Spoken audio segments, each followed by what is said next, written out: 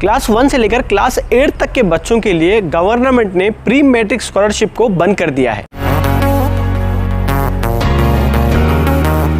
Scholarships ये government की एक ऐसी सक्सेसफुल स्कीम है जो स्टूडेंट्स के लिए बहुत ज़्यादा काम में आती है, लेकिन गवर्नमेंट ही खुद आते आते इन स्कॉलरशिप को बंद करते जा रही है और प्री मैट्रिक स्कॉलरशिप को इस साल से बंद कर दिया गया है। आज की इस वीडियो में हम लोग इसी टॉपिक के बारे में बात करने वाले हैं। वीडियो को एंड तक जरूर देखना और जो लोग मेरे चैनल को सब्सक्राइब नहीं करें पहले चैनल को सब्सक्राइब कर लो, क्योंकि ऐसे ही इंफॉर्मेटिव वीडियोस मैं आपके लिए बनाता रहता हूं। सबसे पहले समझ लीजिए कि स्कॉलरशिप कौन कौन से हैं। माइनॉरिटीज़ के लिए pre matric, post matric, merit cum, ये 3 टाइप के आपको स्कॉलरशिप देखने को मिल सकते हैं। प्री मैट्रिक यानी कि जो बच्चे होते हैं स्कूल के उनको दी जाती है। पोस्ट मैट्रिक यानी कि जो कॉलेज में चले जाते हैं उनको पोस्ट मैट्रिक अप्लाई होती है। और जो मेरिट कम मेंस होती है वो आगे जाके जो ग्रेजुएट, पोस्ट ग्रेजुएट है उनके लिए अप्लाई होती है।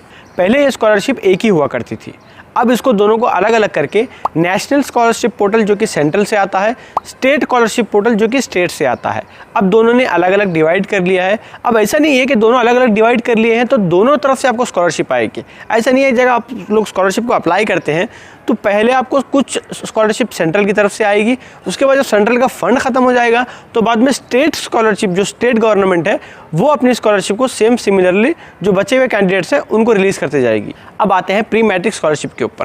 क्लास 1 से लेकर क्लास 8 तक के बच्चों के लिए गवर्नमेंट ने प्री मैट्रिक स्कॉलरशिप को बंद कर दिया है। सिर्फ 9th और 10th के बच्चे ही इस प्री मैट्रिक स्कॉलरशिप को अप्लाई कर सकते हैं। अब गवर्नमेंट ने ऐसा किया क्यों है, उनकी तरफ से जस्टिफिकेशन क्या आ रहा है। गवर्नमेंट ये बोल रही है कि जो RTE है, राइट टू एजुकेशन एक्ट है, उसमें गवर्नमेंट क्या कर रही है, बच्चों को फ्री में पढ़ा रही है। अब गवर्नमेंट यही बोल रही है कि जब हम फर्स्ट स्टैंडर्ड से लेकर 8th स्टैंडर्ड के बच्चों को फ्री में पढ़ा रहे हैं RTE से, तो हम स्कॉलरशिप क्यों दें बच्चों को फिर एक्स्ट्रा से। ये प्री मैट्रिक स्कॉलरशिप OBCs और SCs को मिलाकर करोड़ों बच्चों ने अप्लाई किया है पूरे इंडिया भर से।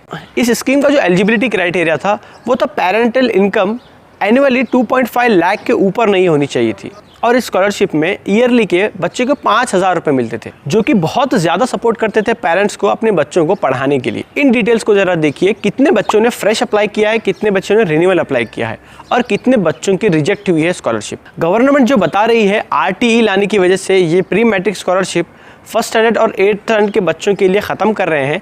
मेरा एक सवाल है, जो अभी बच्चे हैं जो 5th स्टैंडर्ड में है, 8th स्टैंडर्ड में है, जो भी बच्चे बीच के हैं जो RTE से नहीं आते हैं, जो RTE से उनका एडमिशन नहीं हो पाता है, उनका कैसा करेंगे। और RTE से आने के बावजूद भी बच्चों को बहुत सारी चीज़ों के पैसे लगते हैं, जैसे कि बुक्स के, बैग के, एसेसरीज़ के, पेन पेंसिल जो भी है।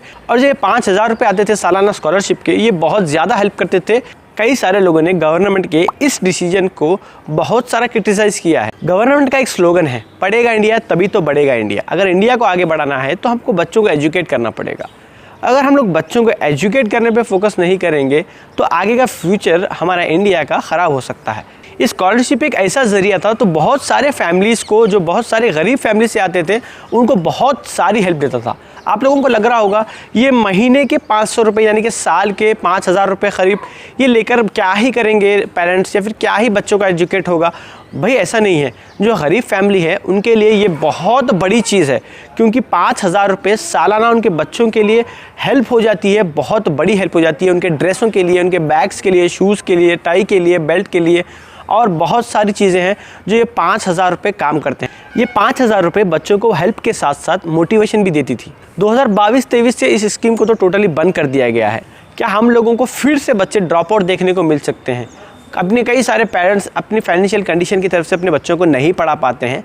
ये 5,000 रुपये की जो हेल्प आती थी वो भी नहीं आने की वजह से क्या बच्चे ड्रॉप आउट कर सकते हैं? क्या पेरेंट्स ही अपने बच्चों को स्कूल भेजना बंद कर देंगे? ये कई सारे सवाल हैं जो गवर्नमेंट को सोचना चाहिए ऐसी स्कॉलरशिप को बंद करने से पहले। अब आप लोग क्या सोचते हैं इन स्कॉलरशिप को बंद करने के बारे में? धीरे धीरे मुझे भी लगता है कि सारे स्कॉलरशिप बंद होती जा रही हैं। पहले भी जो पोस्ट मैट्रिक या फिर मेरिट कम मेंस स्कॉलरशिप आती थी वो आपकी एडमिशन फ़ीस के ऊपर आती थी, यानी कि अगर आप 5,000 10,000 एडमिशन फ़ीस भर रहे हैं तो आपको उतनी ही आएगी। या फिर अगर आप इंजीनियरिंग में जाने के बाद 50,000 रुपये अगर आप अपनी एडमिशन फ़ीस भरते हैं तो आपको पूरी 50,000 रुपये स्कॉलरशिप आती थी।